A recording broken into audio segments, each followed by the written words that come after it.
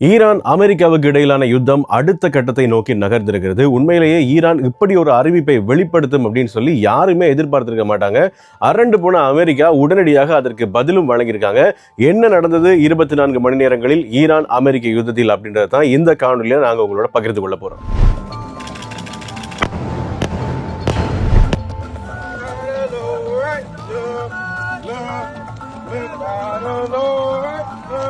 பதினெட்டு அமெரிக்க முன்னணி நிறுவனங்களை பட்டியலிட்டிருக்காங்க. ஆப்பிள், கூகுள், மெட்டா, அது மாத்திரம் இல்லாம இன்னும் ஏராளமான முக்கியமான நிறுவனங்கள் இந்த பட்டியலில் சேர்க்கப்பட்டிருக்கிறது. காரணம் என்ன அப்படின்னு சொன்னா, இவர்கள் தான் ஈரானுடைய முன்னணி தலைவர்களை இலக்கு வைத்து தாக்குவதற்கு, கொலை செய்வதற்கு காரணமாக இருந்த நிறுவனங்கள் அப்படின்னு சொல்லி அந்த நிறுவனங்கள் மீது தாக்குதல் நடத்துவதற்கு நாங்கள் தயாராக இருக்கிறோம் அப்படின்னு சொல்லி அறிவிச்சிருக்காங்க.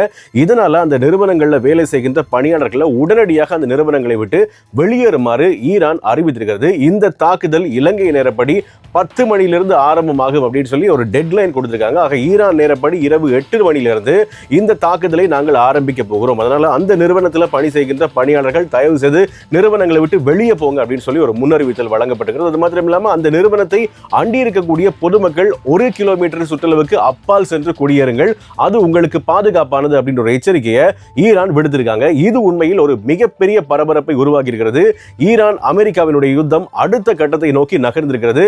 வர்த்தக நிறுவனங்கள் மீது குறிவைத்து இப்போது ஈரான் தங்களுடைய தாக்குதலை ஆரம்பிக்க போவதாக வெளிப்படையாக அறிவிச்சிருக்காங்க.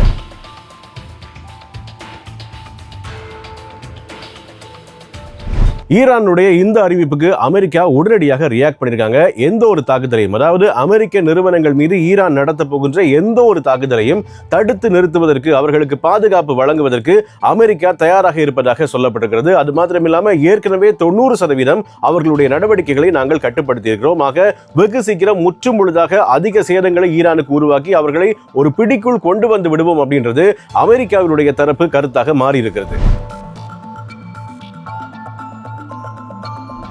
அமெரிக்காவினுடைய பாதுகாப்பு செயலாளர் பீட் ஹெக்ஸிட் இந்த ஒரு விஷயத்தை முக்கியமாக சொல்லியிருக்காரு. அதாவது ஈரானுக்கு தேர்வுகள் குறைவாகவே இருக்கின்றன, அமெரிக்காவுக்கு தேர்வுகள் அதிகமாக இருக்கின்றன. மேசையிலிருந்து நாங்கள் எதை வேணா தேர்ந்தெடுக்கலாம்.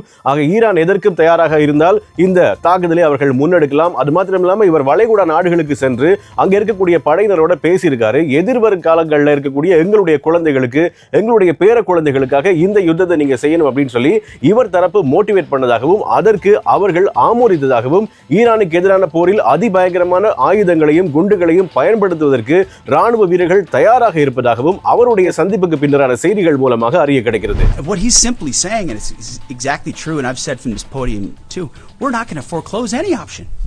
You can't fight and win a war if you tell your adversary what you are willing to do or what you are not willing to do, to include boots on the ground. Our adversary right now thinks there are 15 different ways we could come at them with boots on the ground. அதே சமயம் Trump சொல்லியிருக்கக்கூடிய April மாதம் 6ஆம் தேதியும் நெருங்கிக் கொண்டிருக்கிறது. Iran தரப்பிலிருந்து கோரிக்கை முன்வைத்ததன் காரணமாகத்தான் இந்த கெடு அவர்களுக்கு வழங்கப்பட்டதாக அமெரிக்கா தரப்பிலிருந்து சொல்லப்பட்டிருக்கிறது. ஆனாலும் ஈரான் அந்த கெடு எடுத்துக்கொண்டதாக தெரியவில்லை. தொடர்ச்சியாக அமெரிக்காவுக்கு எதிராக, அமெரிக்க நிறுவனங்களுக்கு எதிராக தங்களுடைய தாக்குதல்களை வலுப்படுத்த போகிறோம் அப்படின்னு சொல்லி ஈரான் வெளிப்படையாக அறிவித்திருப்பது இந்த போரை அடுத்த கட்டத்தை நோக்கி நகர்த்தி இருக்கிறது.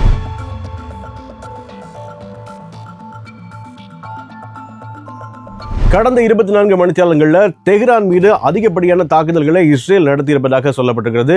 வான்வழி தாக்குதல்கள் மூலமாக அதிக சேதாரங்களை ஈரானுக்கு அவங்க ஏற்படுத்தியிருக்காங்க. அது மாத்திரம் இல்லாமல் பதுங்கு குழிகள் இருக்கக்கூடிய ஆயுதங்களையும் வீரர்களையும் தாக்குவதற்காக பிரத்யேகமான குண்டுகளை பயன்படுத்தி கொண்டிருக்கிறது அமெரிக்கா என்கின்ற செய்திகளையும் அவதானிக்கக்கூடியதாக இருக்கிறது. அது மாத்திரம் இல்லாமல் ஈரானுடைய ஒரு குறிப்பிட்ட மருந்து நிறுவனம் தௌஃபிக் தாரு அப்படின்ற அந்த மருந்து நிறுவனத்தின் மீது இஸ்ரேல் தாக்குதல் நடத்தியிருக்கிறது. காரணம் என்னன்னா, ரசாயன ஆயுதங்கள் தயாரிப்பதற்கான மருந்துகளை அந்த நிறுவனம் ஈரானுக்கு வழங்கி கொண்டிருப்பதாக குற்றம் சாட்டி அந்த தாக்குதலை நடத்தியிருக்காங்க.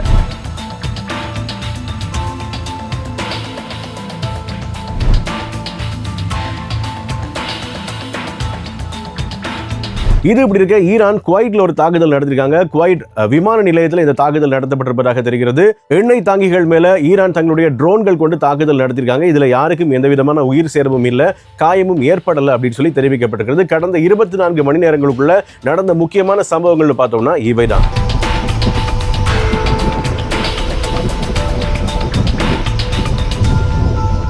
ஆக அமெரிக்கா ஒரு கெடு விதித்திருக்கிறது ஏப்ரல் மாதம் 6ஆம் தேதி. ஈரான் ஒரு கெடு விதித்திருக்கிறது இன்றைய தினம் ஈரான் நேரப்படி இரவு 8 மணி. ஆக பேச்சுவார்த்தைகள் நடத்தப்படுவதற்கான முனைப்போடு சில பேர் செயற்பட்டு கொண்டிருந்தாலும் அல்லது நாங்கள் பேச்சுவார்த்தைகளில் ஈடுபட்டு கொண்டிருக்கிறோம் என்று அமெரிக்க தரப்பு சொன்னாலும் தொடர்ச்சியாக தங்கள் மீது தாக்குதல் நடத்துவதை ஈரான் விரும்பவில்லை. வெளிப்படையான பேச்சுவார்த்தைக்கு தயாராக இருந்தால் அமெரிக்கா நேரடியாக எங்களோடு பேச வேண்டும், எங்களோடு பேசாமல் துணை நாடுகளை வைத்து பேசுவதை ஏற்க முடியாது. எங்களோடு பேச்சுவார்த்தைக்கு வருவதாக இருந்தால் இந்த யுத்தத்தை நாங்கள் கைவிடுவதற்கு தயாராக இருக்கிறோம் என்பது ஈரானுடைய கருத்தாக இருக்கிறது. அமெரிக்காவா ஈரானா இறங்கி வரப்போவது யார் என்பதுதான் மிகப்பெரிய கேள்வி.